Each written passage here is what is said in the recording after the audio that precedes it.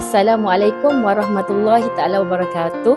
Kami daripada Politeknik Metro Kuantan akan menerangkan tentang produk inovasi kami, Go Green Bin.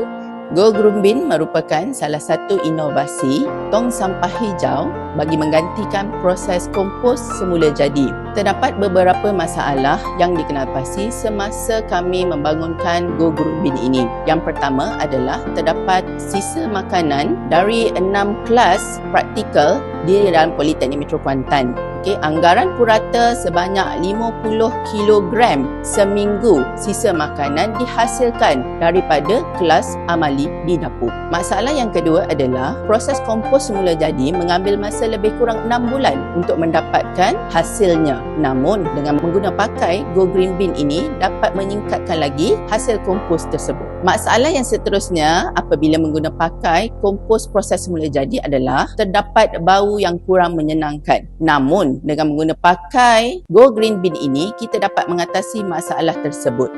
Masalah yang terakhir adalah kesukaran untuk mendapatkan mesin kompos. Di Malaysia kita kurang kesedaran untuk melakukan proses kompos semula jadi di rumah masing-masing.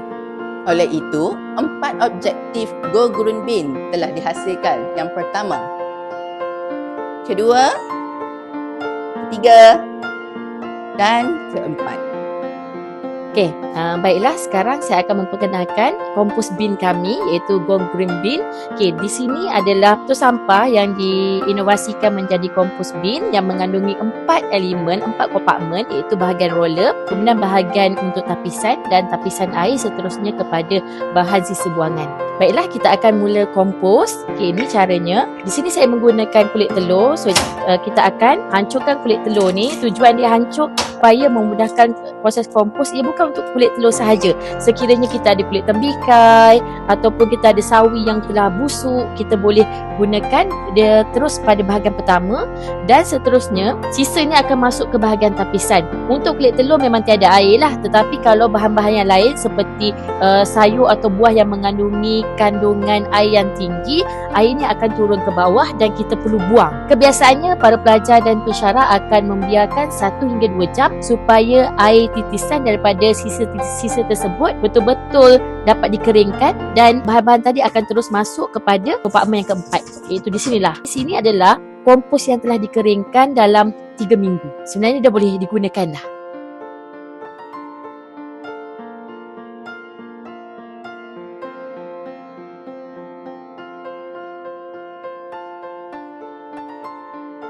Seterusnya bahan-bahan kompos di sini akan dibawa keluar.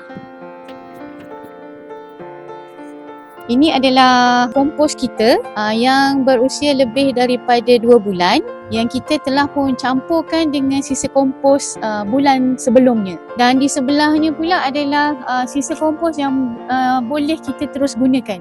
Sama ada untuk kita tanam pokok ataupun kita gunakan dia sebagai baja kepada tanaman yang ada.